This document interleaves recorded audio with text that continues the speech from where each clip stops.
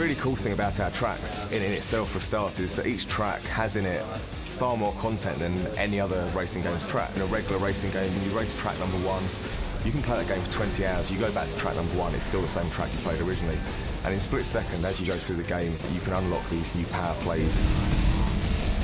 And we also have lots of split routes that are opened by triggering explosions in the environment and destruction.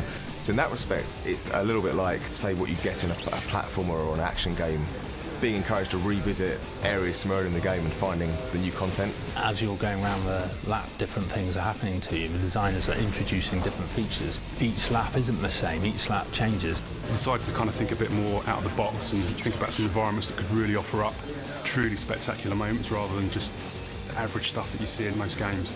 The dockyards, airports, it's the sort of thing you don't really see in most racing games. What's really cool with the cars is that you start the game, and as you go through it, you get given these 30 cars. You get awarded them by winning episodes in the TV show. And as you play through the game and you unlock certain achievements, these achievements are actually represented on your car as decals.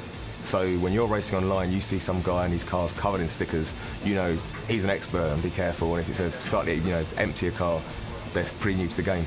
It really means that the car itself, it actually evolves with you as you play the game. We kind of wanted to steer clear of kind of compact cars and hot hatches. We wanted something that feels big, meaty, that feels like it's, it could handle the kind of destruction that's been thrown at it by the game.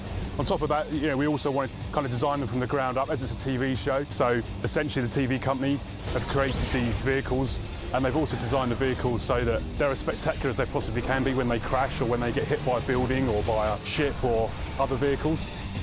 We didn't want one car to be miles faster than others. Ultimately, they all need to be competitive. So really, it's more about their handling characteristics rather than their handling abilities. If someone wants to take the car from the start all the way through the game, they can do. And like I say, because the stickers on the car are evolving with you and the bodywork, it'll show that you've invested more time with that car than someone who's just played through to get all the cars individually. It's a real, personalised experience.